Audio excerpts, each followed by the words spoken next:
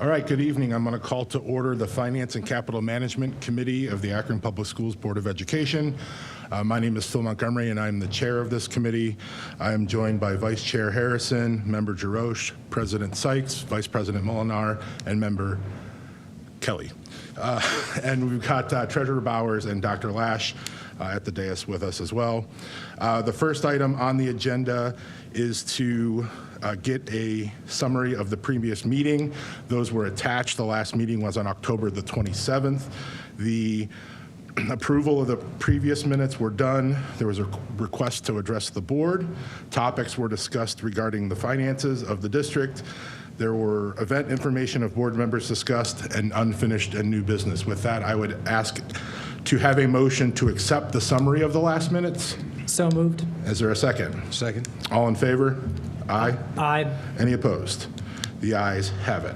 Item 2.01, request to address the committee. Is there anybody in the public that would like to address the committee tonight? Seeing none, we will move on to the next agenda item, which is 3.01, the December financial report. Treasurer Bowers.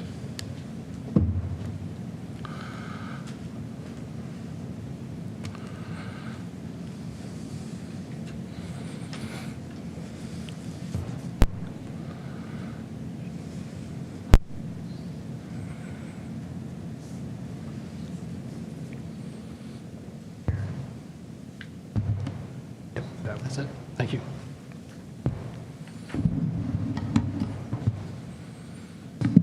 Good evening, Chair Montgomery, Vice Chair Harrison, Member Jarosh, and all the other members of the board. Tonight we're going to go over the December monthly financial report. Our monthly financial reports provide us with actual and projected totals and comparisons for the month ended, as well as for the fiscal year to date for our general fund. This report reflects both the month of December and the first half of our fiscal year, which runs from July 1st to June 30th. In December, financial activity trended slightly positively for both the month and the fiscal year. Here on page 3, the first set of blue, yellow, and green tiles compare our 2026 fiscal year-to-date revenues, expenditures, and cash balances for the same fiscal year-to-date amounts for fiscal 25. So far this year, we've received $16 million more in revenue, spent about $6.5 million less, and our cash balance is up $5.2 million. We'll go into greater detail on this year's revenues and expenditures on pages 4 and 5. Just below that set of tiles is a second group. This is comparing the first 6 months of this school year's actual data plus 6 months of projected data to the forecast. Through the first 6 months, our revenue has come in $1.3 million higher. We spent $918,000 less than we expected, and adding those together gives us a positive trend of almost $2.3 million. If I could jump in real quick, Mr. Sure, Bowers, sure. When we say the revenue's up 16 million and expenditures are down 6.5, but we only increased cash by 5.2, did we add additional encumbrances, or what's the difference in that delta? I'm going to have to dig in on that. That's a good question. Just something that jumped out at me. Yeah, no, it's a great question. All right. So here we have our bar chart showing our fluctuation in our cash balances throughout the school year. You can see that we receive our property taxes in July, August, and September, and then again in January, February, March, it kind of goes up and down. And this year, we started the school year with $89.1 million, and we are estimating to end the school year at $80.9 million, which is about an 8.5% or $8.5 million deficit in spending.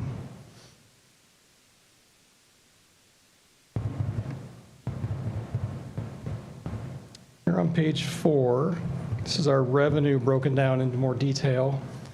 In December, our total revenue was down $3.5 million when compared to December of last year, and that's primarily due to timing in our TIF revenue. We received it earlier in November than we had in the past.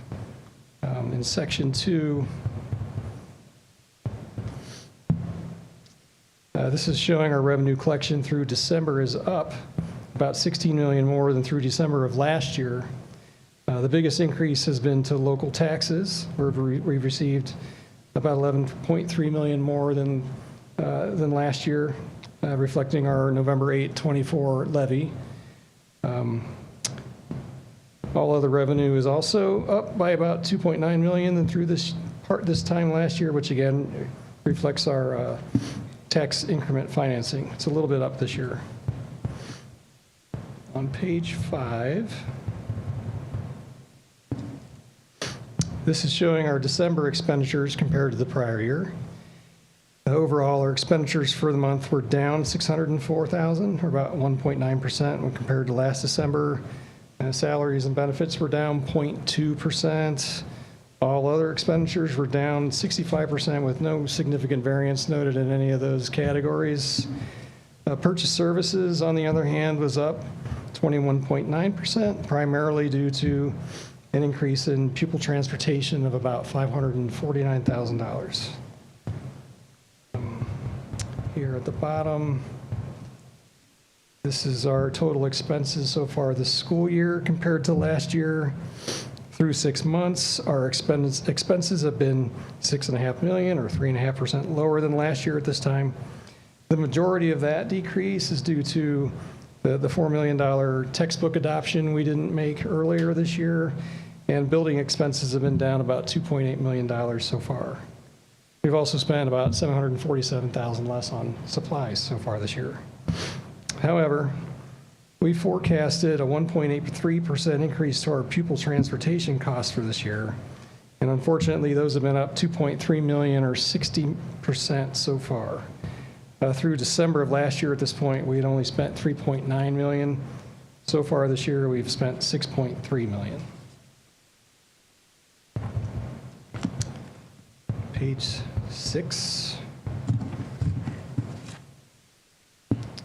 This is a summary of our revenue and expenditure detail compared to our forecast projections, which continue to be pretty accurate. Through 6 months, our revenue is trending $1.3 million higher than the forecast, which is about 0.37% of our forecasted $377 million. And then on the expense side, we're also trending very close. Expenses have been $918,000 less than forecasted, which is 0.24% lower than our projected $387 million for the year. Any more questions on the data so far? Okay. Here's our bank rec. It's the last page of the financial report. It represents all of our funds, not just the general fund. On the left-hand side are our book balances. On the right-hand side are our bank balances. At the end of December, we were maintaining a $211 million cash balance. We perform this reconciliation every month as an internal control to ensure the accuracy and completeness of our financial records, detect errors and fraud promptly, and effectively manage cash flow. That concludes our monthly report. Thank you, Treasurer Bowers. Before I jump into any members' questions, I do want to let the committee know that I spent about 2 hours with Treasurer Bowers on Thursday going through this information. It's 6 pages of a lot of data and red lights and green lights and colored tiles, and even a financial nerd like me, it takes me a little bit to go through it. So he and I have discussed the preparation of kind of a one-pager for the board, for the committee to be able to disseminate. I mean, we'll still get all the detail, but I want a one-pager that's easy for the board to digest when we look at revenue and expense. So that's coming. Just wanted to let the committee and board know that. The one question I had on the bank rec, of the $211 million, how much of that is unencumbered? Do you know? Not off the top of my head. I do not know. Okay. Questions from other members of the committee? Other members of the board? All right. I brought you 2 samples of a one-pager. I forgot to give them to you, but I'll give them to you in a second. Okay. I So believe we I'm can- up next. That's Yeah, so we can then move on to item 3.01, the 5-year forecast. Treasurer Bowers.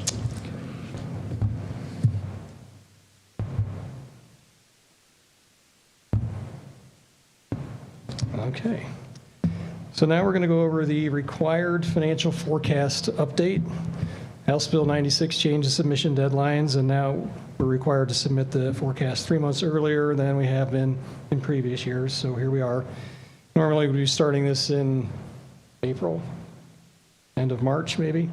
One other major change to the forecast is that it's no longer going to be called the 5-year forecast. It's simply being referred to now in emails as the forecast. Structurally, for fiscal 27 and forward, the forecast will no longer actually be a 5-year forecast, showing 1 year of actual and 5 projected. Starting with next school year, it'll contain the current year revenue, appropriations and fund balance assumptions contained in the budget adopted by the board for the fiscal year, and projections of revenue, expenditures, and fund balances for 3 succeeding fiscal years. Functionally, it'll be a 4-year submission. I call it the forecast, but it's like a bad joke. For this year, however, it'll still be prepared and submitted in this 5-year format. So we have some good news this year, which we'll flesh out as I go through these slides. You can see a little bit of it already here. In our forecast, we expect to receive $378 million in revenue and spend $386, which is deficit spending of about 8.1, but we started this school year at about a $10.5 million deficit spending scenario. So we made a little progress. On the left-hand side are those cash balances. Here's our revenue broken out into categories. Our forecasted general fund revenue consists of $204.8 million in state funding, $156.7 in local taxes, and $16.7 in other revenue sources like earnings on investment, rentals, and donations. Here's how our expenses are broken out.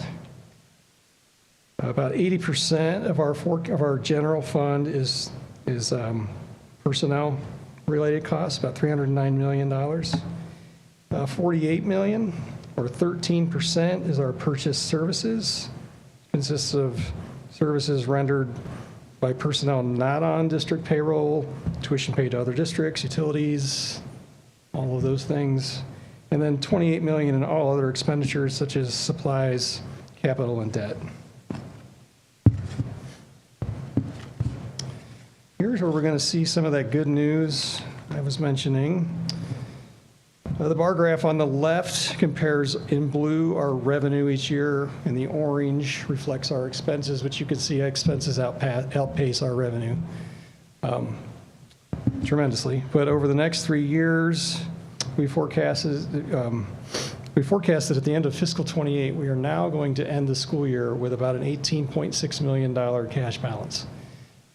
In the August forecast, we were at -2 there. We've made some great strides. We have some good news behind the scenes of this, but you can see that we still have work to do there. Our fiscal year 29, we are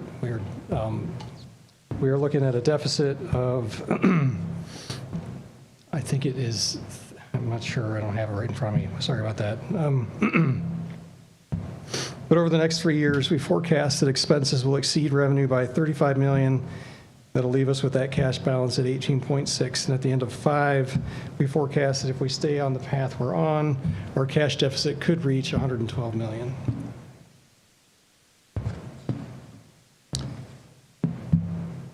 Here is some graphics on the key changes in revenue expenditures, or the rates of revenue and expenses. Revenue over the last 3 years increased 1.52%, but it's expected to only increase for 0.4% for us going forward. That reflects our state revenue declining. Expenses over the last 3 years have averaged about 5.34. We're projecting to only be 2.88. Here's a graphic of our days cash on hand. At the end of this school year, we'll have 77 days of cash on hand, but by the end of 28, 17, and afterwards, we won't have enough cash to meet our needs. This calculation takes our projected 6/30 fiscal year-end cash balance and divides it by the total fiscal year-end expenses divided by 365. Here's our district enrollment, which reflects an average decline of about 1.1% or 218 students a year.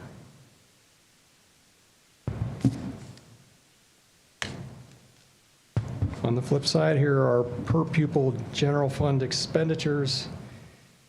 We expect this trend to continue to increase at the rate of 5.17% or approximately $1,000 a year.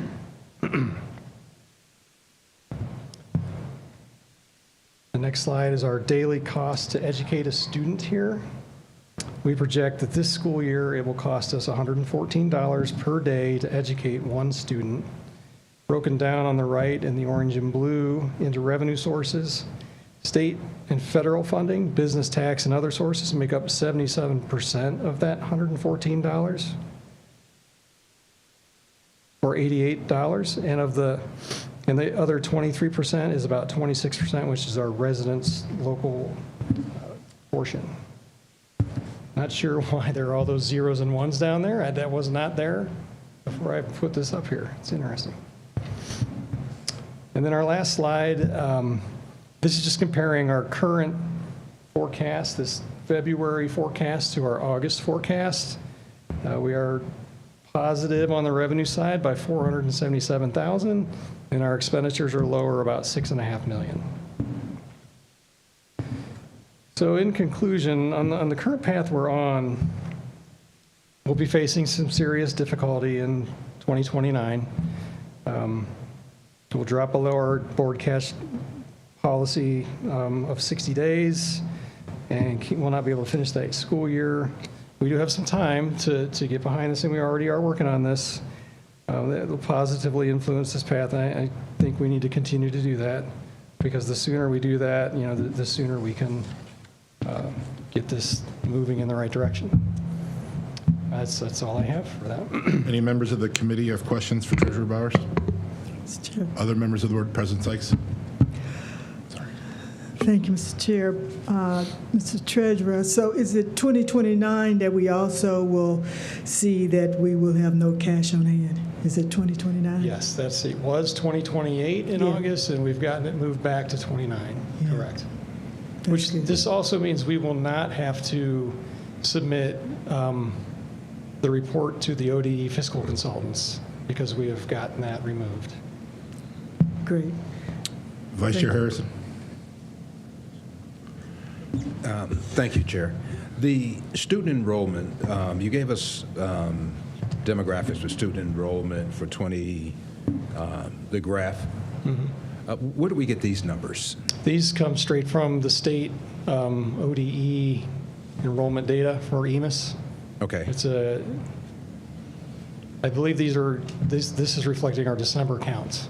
Okay, thank you. The last question.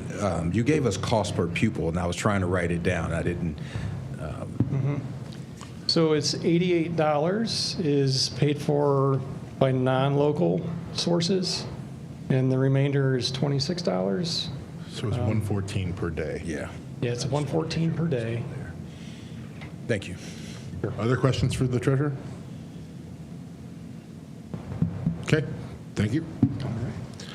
Next up is item 3.03, construction updates. Before I turn it over to Deborah Folk, I just want to let everybody know, a few of us, President Sykes, Member Jerosh, and I attended the Pfeiffer Miller South update in the community. President Sykes and I also met with the core team on North High School and the Bookdale Press Box project. So I've asked Director Folk to come give us a construction update. I know she has some of the core team with her today. We won't spend a lot of time on Pfeiffer Miller South, but really want to talk through where things stand. I think President Sykes and I got a lot of information out of attending that meeting as to the status of North and Bookdale. And so They're asking for inclusion of some things on the agenda for the full board on the 26th. So let's get through some updates and some questions and see if where we stand with that. So, Director Folk. Thank you, Chairman Montgomery. Welcome to Vice Chair Harrison and Member DeRose, along with Treasurer President Sykes and members of the board. Good evening. On the Pfeiffer Miller South update, I've got 3 for you. Yes, we held our third community meeting last Wednesday, the 14th. It was nicely attended, and the renderings that were actually physically there last night, that night, are now up on the website as of this afternoon. And this included all the different colorings and layouts, not only for the building inside, but also the renderings for outside. C.T. Taylor, who is the construction manager at RESC, advised in the core meeting this last week that they will be releasing the first bid package in 2 weeks for site development. That is actually ground development, including underground structures, et cetera. They expect that bids will be back in mid-February. And the groundbreaking ceremony for the actual project for us to all attend is scheduled for March 19th. 26 at 11 a.m. on the Kenmore site, and we discussed shovels and everybody and who would attend, so please look for that invitation. The second update has to do with North High construction project. We are seeking approval of the negotiated contract for Westfield Consulting Group, who ranked #1 in the process of picking an owner's rep, which was approved on the November 3rd meeting. And we have added to the agenda for the 26th the actual contract. For that, we would like to seek approval so that we can add them to our core team. We were very fortunate that they attended the meeting last week in which President Sykes and Mr. Montgomery were here to introduce themselves. Moving forward, if this is approved, they would then start becoming part of the core team to help us develop the RFQ for the next part of this, which is to obtain a construction manager at risk. And the additional marketing efforts to seek community input for the actual options that were provided to you in the Friday notes as to how the property would lay out will occur at a scheduled event on 2/19 of 26. That is interim pickup night, and we have asked the team to be there so they can get further input and show those layouts to the public while we are attending interim pickup with Principal Morrison and his staff. And the last update is with the Buchtel Stadium project update. Yes, sir. Why don't we pause there and do them Okay. kind of one at a time? So I'm sorry. On the North High construction project, and we kind of talked about this in the core team meeting. We have a couple new faces up here, and some of us weren't here when that was voted on, and you put a lot of really good information in the Friday notes. But I guess just for everybody's kind of, I guess my question to you is, you said that Westfield Consulting was ranked #1. Yes. I would reiterate something that Dr. Molinar said earlier. If we can, going forward, if we have rubrics or scoring mechanisms, even on some of these construction and consulting, we may get them. I don't know that. Got my first packet. So if we don't already get those, I would ask to see those, kind of like you sent the bid tabs on the Buchtel project, just making sure that we know. So with Westfield Consulting being #1, were they also the lowest of the bids or no? They were the lowest, and the rubrics were contained in the agenda of the November 3rd meeting as part of the attachments. Okay, so they were received? Yes, Okay. that is correct. Okay. Members of the committee, any other questions on North High? Yeah, Other members of the board? Mr. Chair, I think that the other issue that I thought was important that they talked about was the 3 options, and they are recommending number 3. Yes. And if you could kind of go And over those. this is the layout that they have worked on with the architectural team of Hassenstab, who have been the designers. They have gone through the SDs to start processing that. And one of the things that came out in the community meeting last fall, as we started to engage with the students, the staff, and the community, was some discussion about, is there any way to save some of the items, including the gym? And that was one of the discussions that our core team took back with the design troupe of Hassan Stab and Moody Nolan. Option 1 was to be a brand new build, which was over the budget of $85 million. Option 2 was a reconstruction of it a little differently, which still was over the $85 million.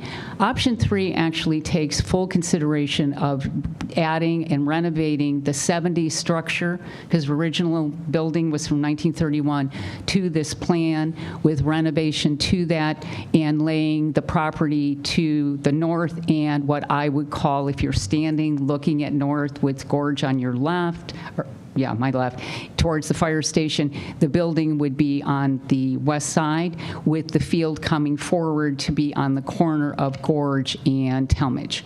That would be put there. One of the questions that Mr. Montgomery asked last week, was this a full use field? Yes, it is full use. It would be 100 yards, and it would take, obviously, football, soccer, and if we ever added lacrosse, marching band, etc. It would be more of a practice field. We don't have a full stadium component at this point in the budget, but we would still have a full use field. So therefore, we were seeking for them to be added to the team, and we want to make sure that we reach out to the community during the meeting of the 19th of February to see what their thought about laying out option before we bring it back, but we would like to move this forward so that we can get this started down the path, because in order to get a CMR, they have to know what the project layout is, and we'd like the owner's rep to be part of that discussion to move it forward. And just so we're clear, at the November 3rd meeting, it was the board approved for you to enter into negotiations With the number 1 ranked with firm. the number 1. And so now we have that. You've done the negotiations. Yes. So you're asking us to approve the contract. Yes. The agreement. That is absolutely correct. And is the final terms of the agreement any It- higher than what was originally bid? Like, did a price change? Were there no prices in the beginning? The actual pricing came in at $18,000 a month, and it is for the duration of the project through December of 2029. So that will get you a building opened in 29 and start the process to abate and demo the existing building. This will be a self-swing, so students will remain in the Old North, move over to the new building. We will renovate and put extra effort into abate and renovate what is left, including the new gym. I can advise, in working with the team, that the size of the current gym, which is just wonderful, would not be necessarily size that you would get if you used a standard budget of $85 million for this. It would be a smaller gym, and that is a well-used gym. And we would eventually also, with the new build and the renovation, give North 2 gyms, which they have never had. And then the understructure is planned to be support for the athletics, which at North is unique because it's on the 2nd floor. And that understructure would be supportive of, say, wrestling rooms and locker rooms and other things that would support, which would then face the front field that would be on the corner of Gorge and Talmadge, as we are proposing in option 3. Okay. Vice Chair, you have a question? Just a quick question. As far as, I know you were talking about some stuff trying to be saved. One of the specific questions was the artwork at the top. Yes, we have talked about that as well, and we are looking to see what we can, similar to what we did at Garfield, as you remember, some of the terracotta in Garfield is now inside along the gym wall, and we've also seen that we would like to pastorally put that on. One of the ones we talked about is the big Viking ship, and what other terracotta could be included. So the team is well aware that we would like to preserve some of that. So when you say a smaller sized gym, the capacity that we have now, what's the capacity we have now, and what capacity are we talking with a smaller gym? A capacity in the gym right now is close to 2,000. The capacity you could end up with be about 1,500. So I just want you to be aware that still we get 2 gyms, but it is truly a well-preserved gym. It is in good shape. So keeping the 70s building would keep the current gym. Yes. Any other questions? Not so much a question, but I want to say great work with using the third option. I know my only concern with it was the field, to make sure that it was competitive, because I know North is a community that is very much into soccer, and I'm very glad to see that the contractors were able to find a way to make that work so it's competitive. The So other great thing work that on we're looking for is some support from the community, such as naming rights, things like that, that we could also put some funding into that field as going forward. But that, we have asked them to give us some ideas going forward on that as well. Vice Chair Harrison? Last question. If we're going to keep the gym, I know there were some roofing issues, there were some heating issues. That would all become part of the renovation. You are correct. Okay, thank you. And the other parts that are currently also in that area is the child care location, which is one of the paths that the students work on there. And then the other part is part of the nursing items. So they have fully vetted this with the staff at North, and including Principal Morrison, who has helped us figure out exactly what square footage each area is that we could serve. And to an earlier conversation tonight, this also includes keeping the Family Resource Center as well to outreach those services to the community. Great. Member Kelly? Thank you, Ms. Folk. If we could go back to the remarks made about collaborating with the principal to try to include the parents or the guardians of the Yes. students during the progress report pickup scheduled Yes. for February 19th. Are you able to share a little more of what the ideas are and how we can get more Yes. individuals involved? Actually, we talked about report cards will be going out, and Mr. Morrison said he would put a statement in the report card and his local newsletter that is also out there. The team, the last time they did this, also was there to have anybody come up and look at the renderings and the original processes. They were actually asked questions. They could put ideas on what I would call a post board so that they could be included. So we're working with communications as well to make sure that those marketing efforts are put out there. And we will make effort to include Ward 2 person Lombardo as well, so because we are very interested in hearing also his thoughts. One of the other thing that is very important about this, our team has been great. They have already talked to the traffic engineering department at the city of Akron, because this is one of the hardest sites to get students safely across Talmadge as they travel, and we have been working with them to develop a plan and get some insight from them as we plan this project. Hassan Stab has met with them already twice.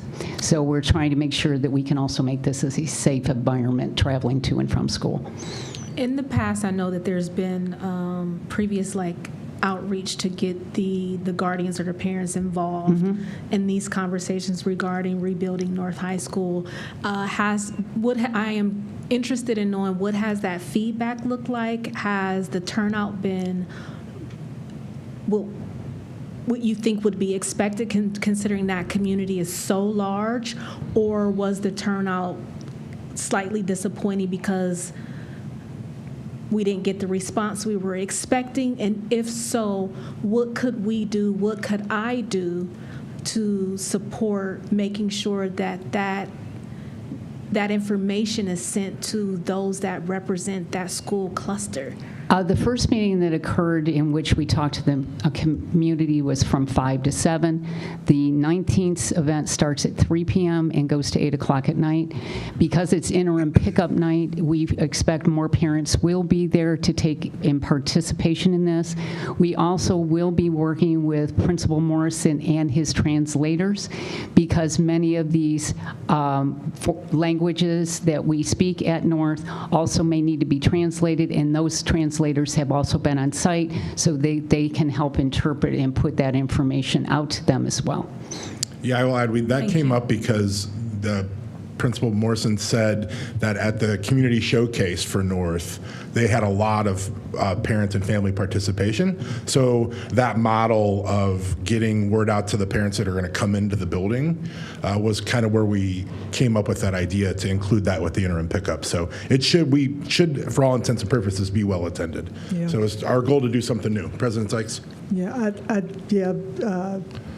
Member Montgomery and I were at that original meeting, and we did express our disappointment and lack of participation, and we went through the whole process of what can we do, just as you have, Member Kelly, trying to figure out how can we, because we want the community to really be involved in this. This is an exciting time. There's great things happening there. And those were some of the suggestions from the principal that perhaps we can do it when the report cards are being And one of the distributed. things that we also talked about was the student leadership also being more engaged with the team, and those are some other ideas that happened. And as we transition Jennings into North, we will make an outreach to Jennings. There's always a trip to Jennings that comes, and we will get that information as well.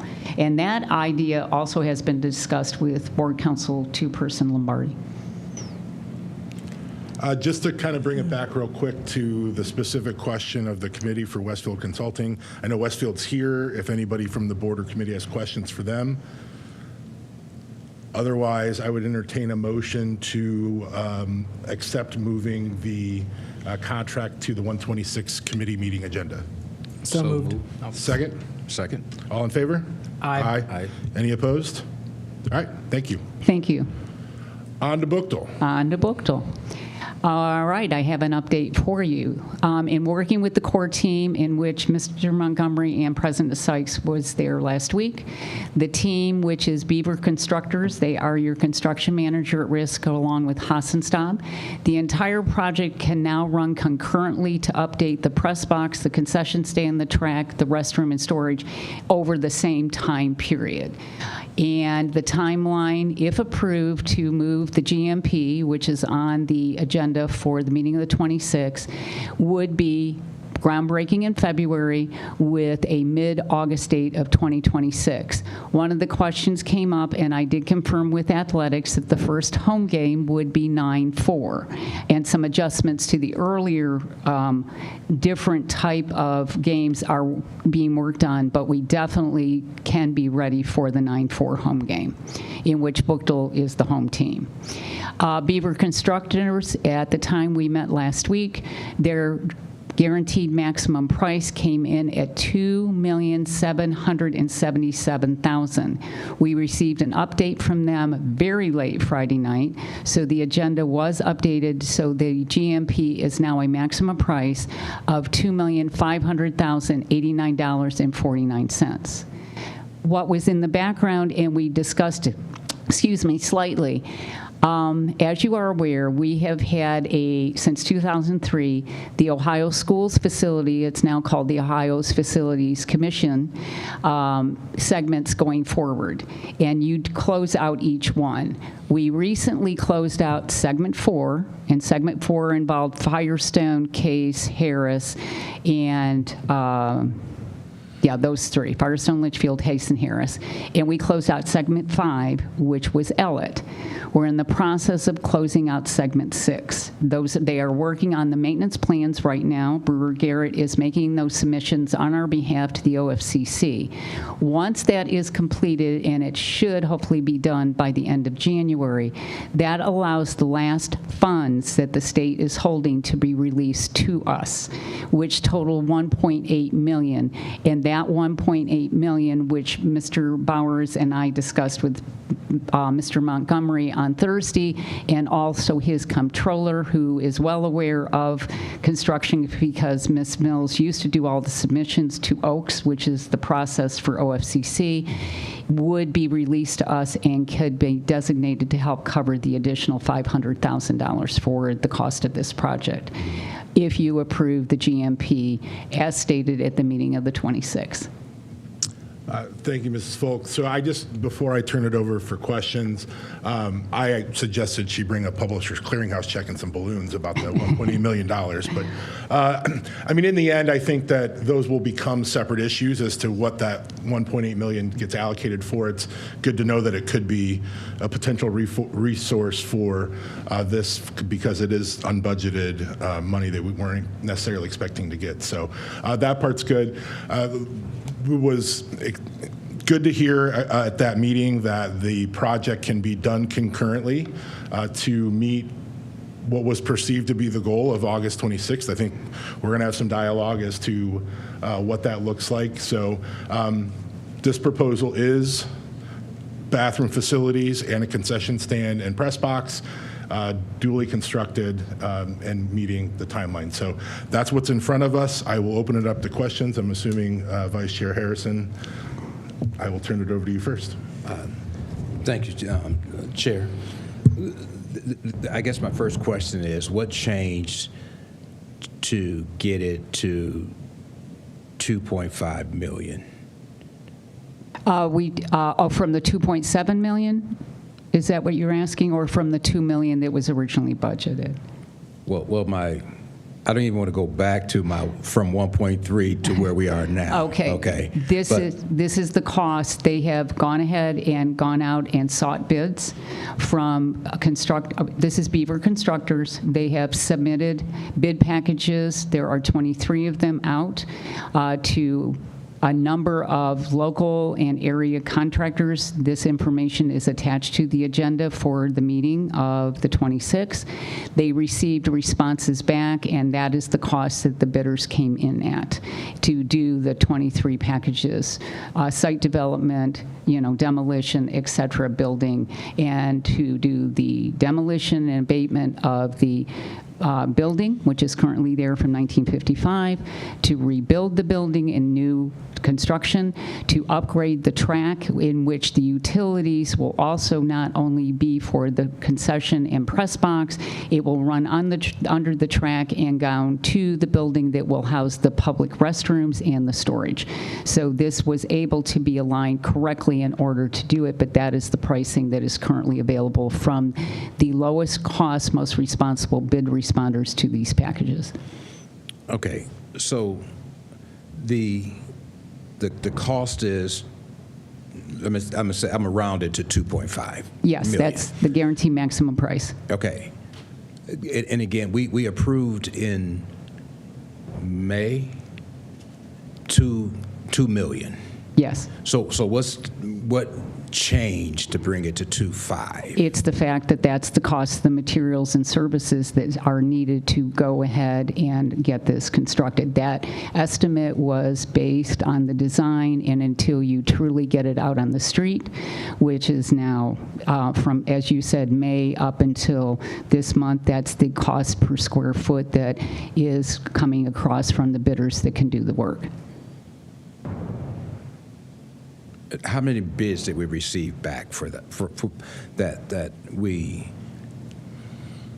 Excuse me, I have it all in attachments, but I didn't count it. Just a moment, please. Greg, how many bids? Beaver's not here. I am terribly sorry. It is attached in the bid document for January, and I showed that to Mr. Bowers earlier today that it was there. I just don't remember off the top of my head how many. I mean, we got a bid for everything we needed to do on the 23 packages. And you had some people bid on all of them and some people not bid on any of them. Okay. Yes, sir. So if I can just add to that, jump in real quick. I know there's conversation that it went from 1.3 to 1.5 to 2 to 2. All that stuff. But in that time frame, I think to build on Vice Chair Harrison's question, is you mentioned there's 23 components of There's this. 23 bid packages. That is correct. Over the course of when this first went out to now, did the scope change? Did any segments get added? Has it always been 23? Has it always been the same project? It's always been the same project. That is correct. So no scope? No scope changed. No.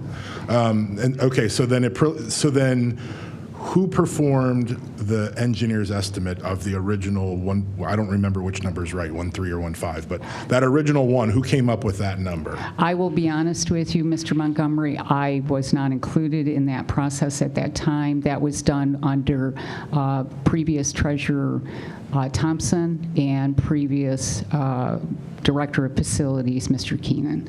So that was what was presented to the board in May.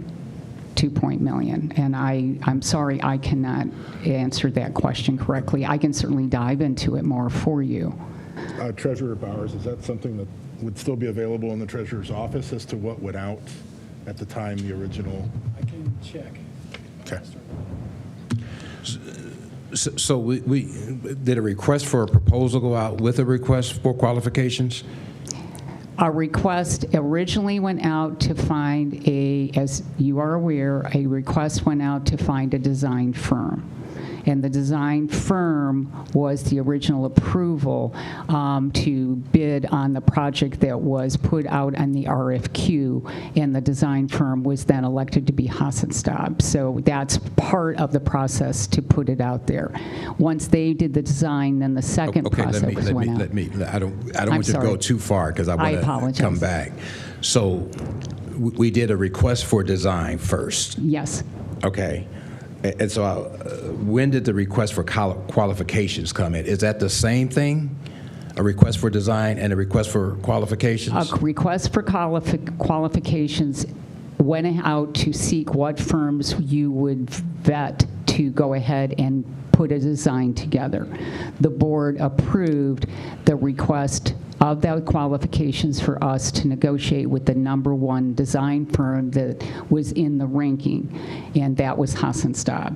From there, they went out and did the scope based on the information they got to put the design package together. Okay, so I'm assuming I'm looking at that now, that request for qualifications. That's already happened. Yeah, I get that. Okay, and in that request for qualifications, we put everything in here we wanted.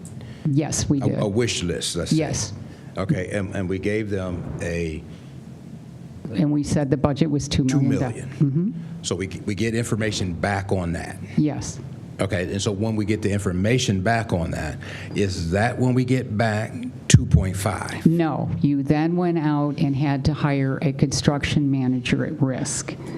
And that was, again, an RFQ that was put out to find vendors who would become your construction manager at risk. And they were also ranked.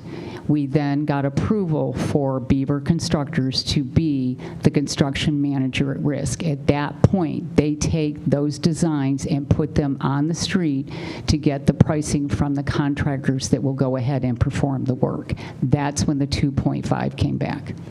Okay, so, and I'm just trying to get this straight in my mind so I know the right questions to ask. So we sent it out to a design architect firm, and we told them everything we wanted. And we said, this is our budget. And they said, well, okay, great. We possibly can do this. For this is what you want. This is what your budget is. We can do that. We can design that. That's what they're saying. We can design that. And then, okay, and so then we say, we take this design, and then we send it out to bidders. To the construction, to find a construction manager at risk.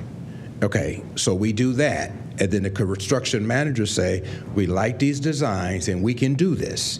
Yes. But it's going to be at this cost. They put it then, once we approved them as the construction manager at risk, they then put that design out on the 23 packages, demolition, site, development of each project, et cetera. And this is the responses you got from the vendors that would perform the services. Okay, so hold on. So we secured the contract first.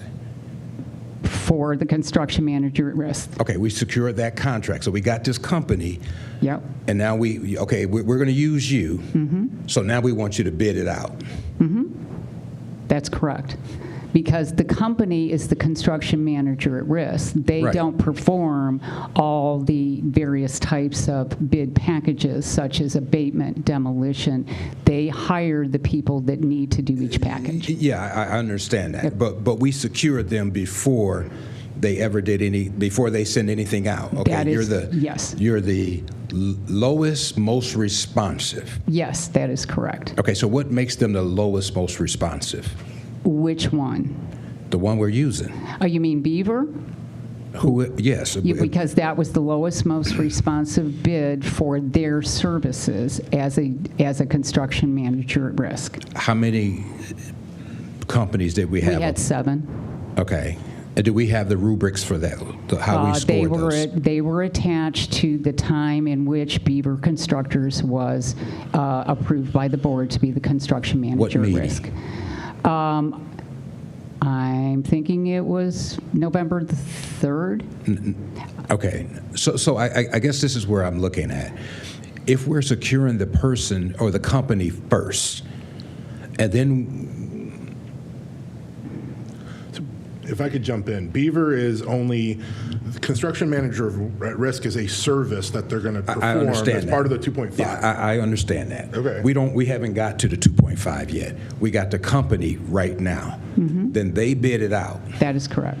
Okay, and then they came back and said, hey, we can do these designs, okay? Because we have the architect tell us, okay, they can be done. Right. Or I'm assuming, I know we have architects here, so I'm assuming an architect can architect anything. So we have the design. We find this company, this at-risk company. Yes, Or- the yeah. construction manager. Construction manager.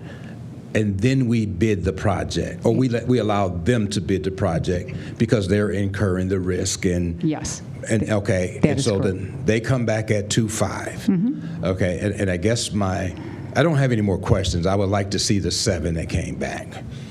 Okay, we can go ahead and give you that information. Yeah. Okay? I am more than happy to give those Yeah. to you.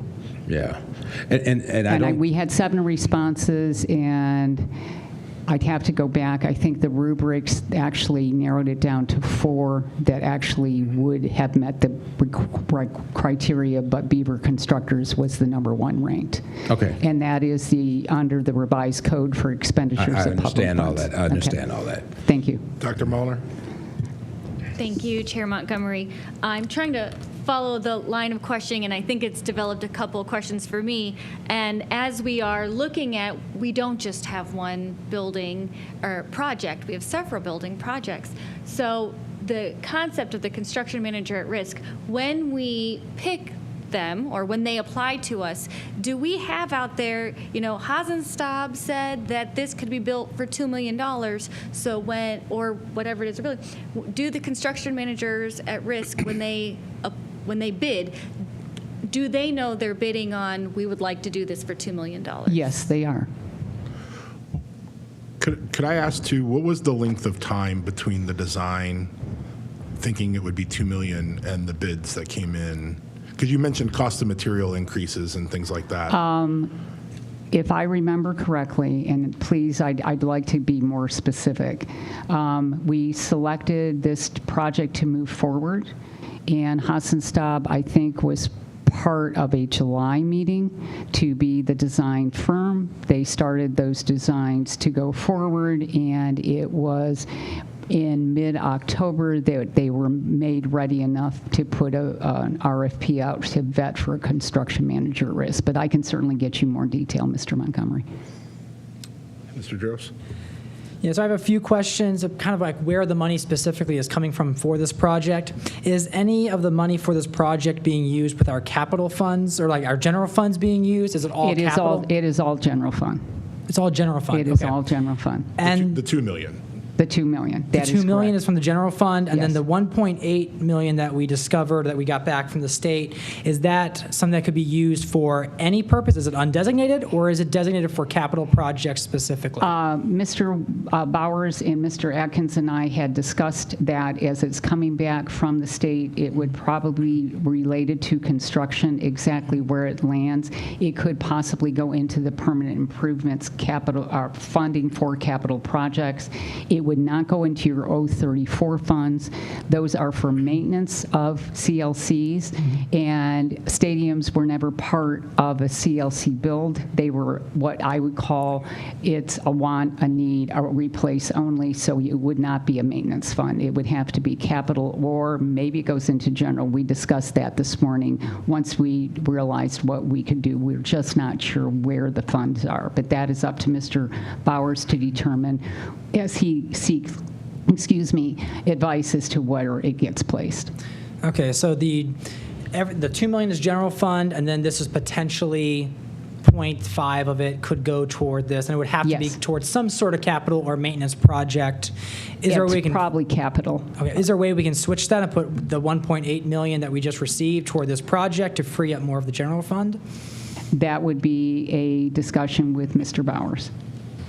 So I am in the midst of trying to figure that out. I've reached out to a few places, but I need to continue to do that until I get a good answer. We don't have the money yet, but we're expecting it shortly, and we're going to need to know where to reseed it, for one thing, but we still don't know exactly, just because of the nature of how it's coming to us,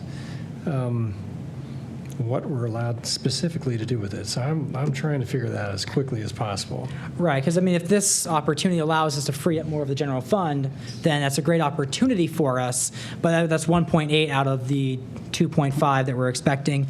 Now, with the GMP, that's the maximum that they can spend. Is there an estimated what they do plan on spending? Is the project supposed to be less than that, but they're guaranteeing us that they will not go over 2.5 million? Actually, they have expenses equal to $2.5 million, and if for some reason something unforeseen came, which a construction project could do, and that would go higher than that, we have to come back and get further board approval. How much of the 2.5 is contingency?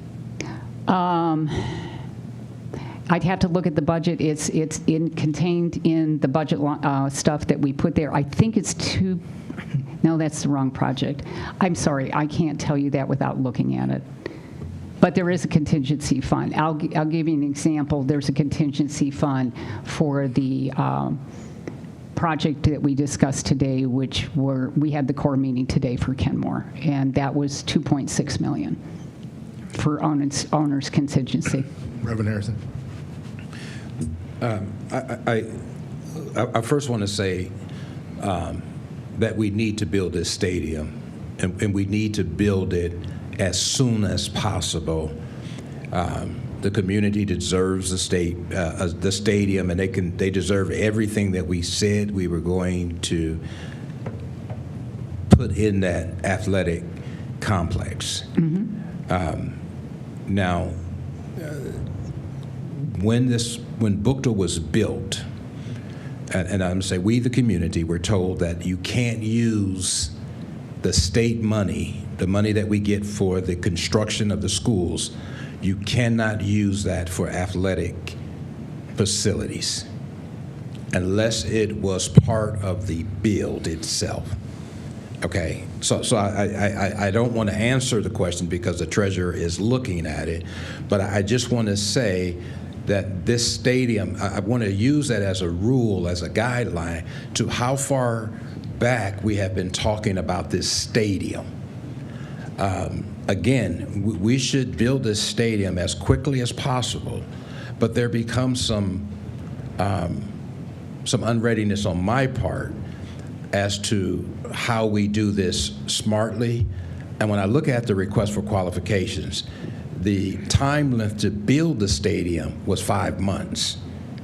And so to hear we are in a rush to do this to make it to September 4th, first, that was never the board's deadline. The board's deadline was never the beginning of football season. That date never came from the board. That date was implemented and instituted by the administration, and it's always great to have a deadline. I like that, but when we sent the request for qualifications out, the time frame was from May to September to have this built. And so again, they send this out, or we send it out for a at-risk Construction manager. And we send everything that they gave us, the architect firm. So we come back at 2.5, although our budget was 2, within an additional 4 months. It's still slated to be ended in August. No, I'm looking at the request for qualifications. It was from May to September is what the project was, the build. The original build. Yes. The original estimated time is what you're saying. Yes. It was from May to September we were going to finish.